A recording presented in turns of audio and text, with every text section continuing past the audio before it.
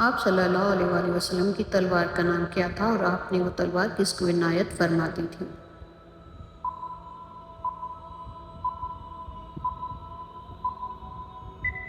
आपकी तलवार का नाम जुल्फ़कार था और आपने ये हज़रत अली को दे दी थी। तौरात किस नबी पर नाजिल हुई?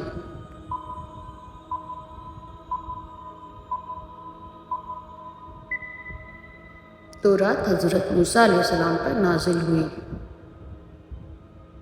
मोहरे नबूवत हुज़ूर सल्लल्लाहु अलैहि वसल्लम के किस जिस्म के किस हिस्से में थी?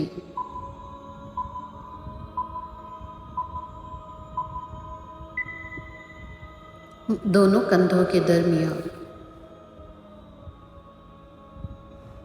मदीना मुनव्वरा का पुराना नाम क्या है?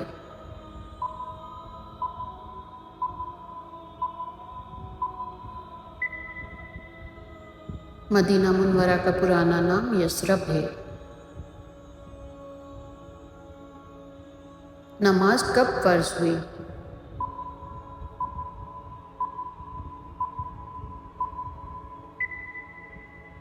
वाक़या मेराज के मौके पर नमाज फ़र्ज हुई।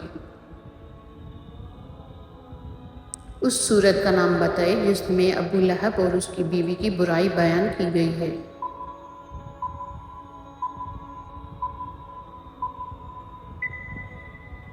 उस सूरत का नाम है सूरह लहब।